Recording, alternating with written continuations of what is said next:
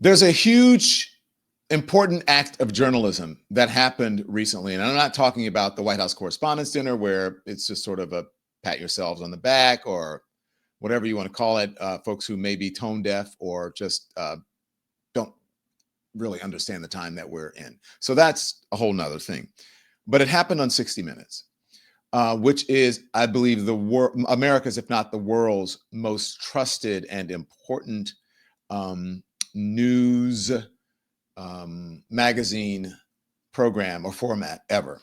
And so this weekend, Scott Pelley, who is one of the correspondents there on the program, and he was former anchor of the CBS Evening News, did something I thought was extraordinary at the end of the broadcast. Let me just give you the backstory. Their producer, Bill Owens, only the third executive producer or showrunner the entire time that 60 Minutes has been on air. He resigned because he has concerns about the independence of the journalists who work at CBS and especially at 60 Minutes, which he was oversaw.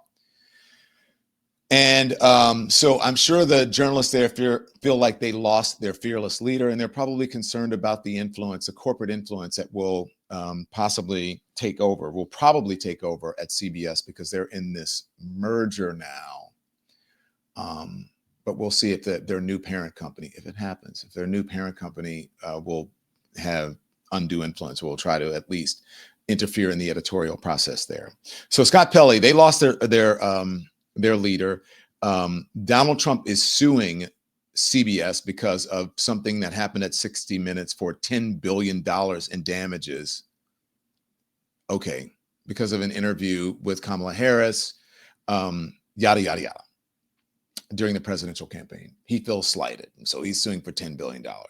Also, there is Paramount, the parent company of CBS, is in this merger, in the process of merger and acquisition, or being sold to a different company. And in order for this merger to happen or this acquisition to happen, they're going to need government approval, which means Donald Trump. And it is reported that Donald Trump is allegedly standing in the way of them closing that deal because he wants them to settle this lawsuit before he will sign off on it. Again, allegedly, reportedly.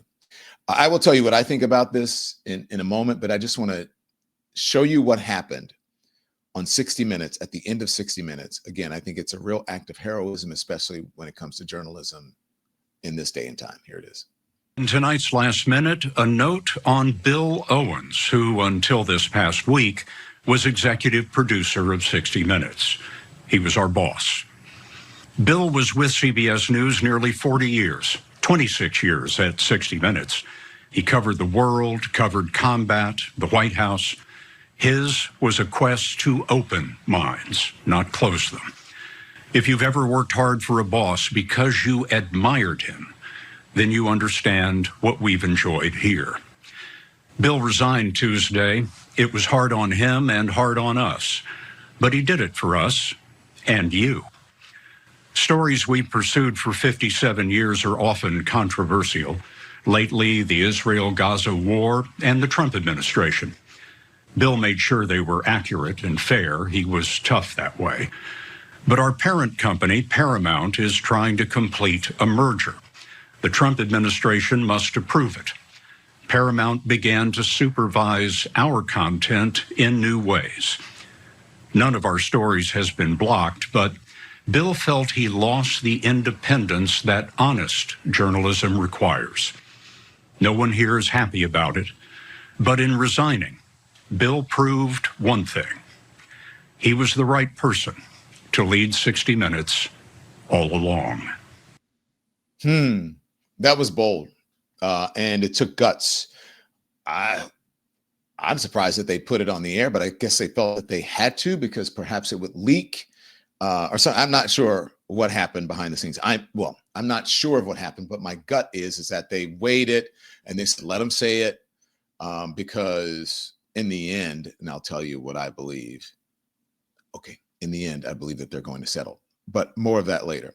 So as I said, Donald Trump is suing for the multi-billion dollars, I think $10 billion in damages stemming from the 60 Minutes interview with Kamala Harris. He believes it was deceptively edited. But here's the thing, having worked in the business, that whether it's print or broadcast or whatever it is, things are edited for time and for its consistency and to be concise, right? You don't have a lot of time, right? And if you don't change the actual gist of what is being conveyed by the interviewer and interviewee, it is seen as common practice. It is journalistically sound. It is okay. Sometimes you play, if you ask someone a question in an interview, you will play their initial answer, or you will play the answer that you pressed them on for clarity. So someone may say something and you're like, well, that didn't quite, whatever, you didn't quite answer my question. Or when I did an interview, many people will say, I'm sorry, I stepped on you. Can you answer that again? And you won't play the part where you stepped on them, meaning that you spoke over their answer. Or you'll say, you'll in your head, you're editing saying, that was a long answer. Can you just answer my question and more concisely? Because I don't think you answered the question. My question was such and such and such and such. And so you will play that part of the answer because it doesn't change anything editorially. It's the same thing. And then you go, okay, that's cleaner. Also, it's quicker. The people can understand it better. And it fits into the time. So I'm going to play, this is what he is suing over because he thinks it was deceptively edited. But in context, it seems to be a different answer when you run them together. But if you look at the entire, remember, there's nuance and there's context, everything. If you look at the entire interview, and I'm not making excuses for CBS or 60 Minutes. If you look at the entire interview, he asked her a question. She answered it. It seems that it took her longer. She was rambling a bit. And then he pressed her and then she answered it more clearly or clearer and more concise.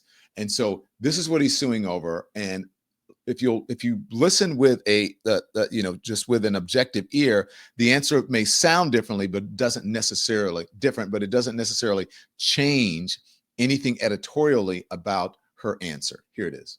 It seems that Prime Minister Netanyahu is not listening.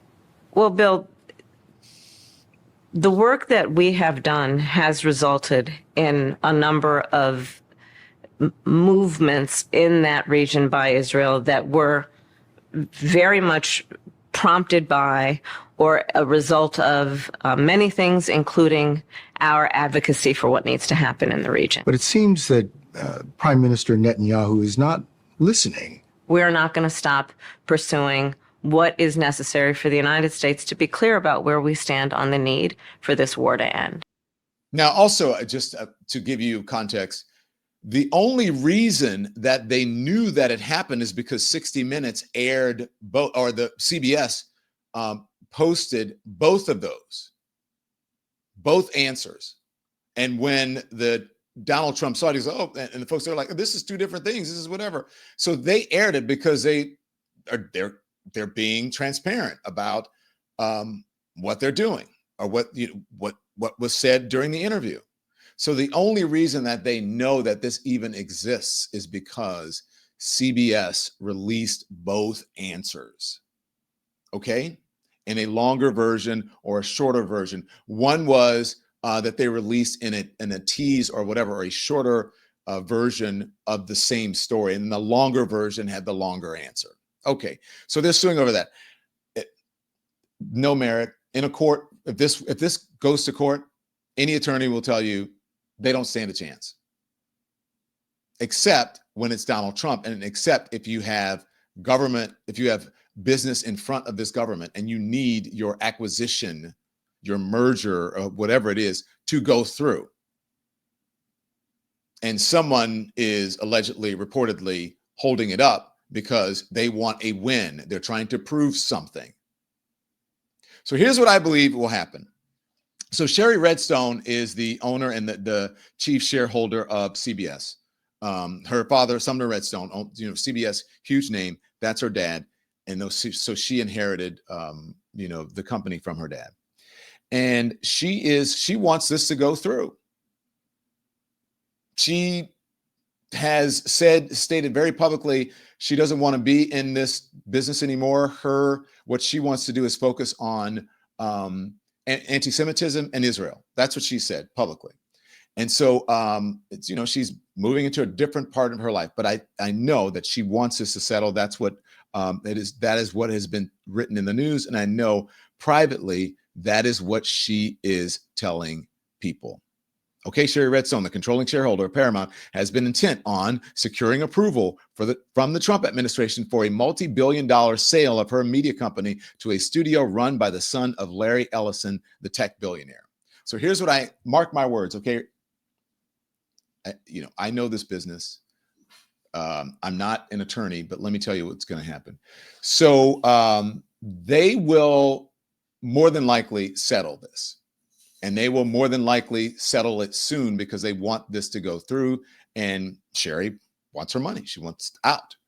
So I believe, this is my prediction, and if I'm wrong, you can call me on it.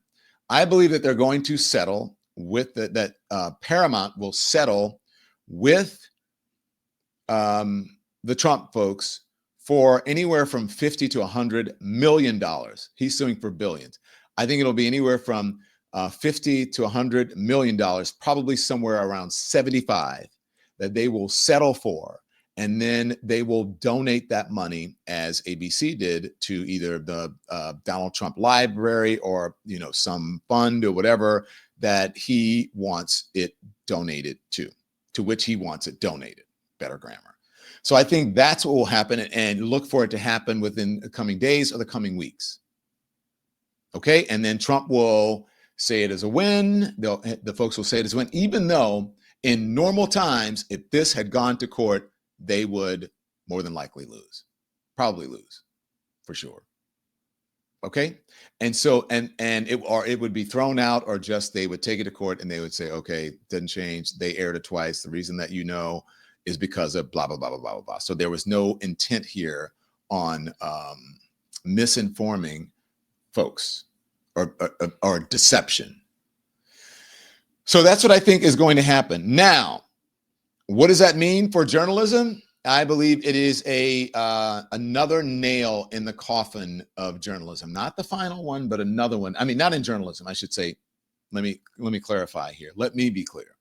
I think it is another nail in the coffin for corporate media, corporate journalism. And this is why people don't trust it, and why they're so frustrated, is because things like this can happen, and there is influence from above, not only from the administration, but also from a parent company, and they are trying to influence the editorial processes of the journalists, the journalistic organizations for which they are the parent company. And so people have a hard time trusting in what they see, read, hear in the, as they call it, mainstream media or corporate media because of this. And folks would say, you know what? They're kind of right to do so, because 60 Minutes is trusted. Not only is it the highest rated, I believe, news program on television, the highest rated program in television news is what it is. That this will lead people to go, damn, it's over. It is over. This whole idea about corporate media and the influences, I mean, it is reaching across to people who are not even, don't even watch the news that much. When they hear things like this, they're telling me personally, like, Don, oh my gosh, what is going on? And then you have, for evidence, the sort of rambling and chest thumping from Donald Trump, his posting, his rantings on his own platform. Almost every week, 60 Minutes, which is being sued for billions of dollars for fraud they committed in the 2024 presidential election, with their interview of failed presidential candidate Kamala Harris, mentions the name Trump in a derogatory and defamatory way, but this weekend's broadcast, blah, blah, blah, blah, blah, blah. And if you look at that, okay, it's so like wordy and word salady or whatever that it doesn't, okay, fine. Who cares? Because it's just ridiculous. The interview wasn't even about him. The interview or the edit or whatever it is that's in question was about Israel and the war in Israel and Gaza and Benjamin Netanyahu. It wasn't even about Trump. It just goes to show you, shows to go you what he wants, and that it's all about chest thumping. It's all about bravado. It's all about owning people. It's all about proving that he's right, and on and on and on. But if I were the people who were taking it over, I'm sure the folks who are taking it over, Larry Ellison's son, if I would be concerned about the damage that it is doing to an asset that they are acquiring or paying a lot of money for. So I'm sure they're in an odd position. Like, we want this to go through. We'd rather not settle, but that's what's going to take it to go through, and we'll see what happens. So again, I'll tell you that that's what I believe it will happen. And there are folks who are out there saying maybe once this group takes over, that they will hire Mr. Owens back. And that will undo somewhat the damage of what has been done to the integrity and the credibility of 60 Minutes and the journalists at CBS. But it's not just CBS. This is an industry-wide problem where, as you know, people in the corporations that own these journalistic institutions, they are bending the knee. They are influencing the editorial process. They are settling lawsuits that would not be settled. They're giving a lot of money to the Trump folks because they don't want their business interfered with in Washington. And now you've heard, as Paul Harvey would say, the rest of the story. Thanks everyone for watching. Your support means the world to us. So make sure you hit the like button and you subscribe to our channel to make sure that you never ever miss a video. We're live every day, 10 a.m. Eastern time. We drop even more content at 2 p.m. Eastern and 5 p.m. Eastern. And if you want more Don Lemon Show content, we'd love for you to become a member of the Lemon community, where you will receive access to special community posts. You'll get exclusive content and members-only live shows. So head over to our channel page or click the join button on this video. Again, thank you for watching. We appreciate your love and your support, and we will see you next time.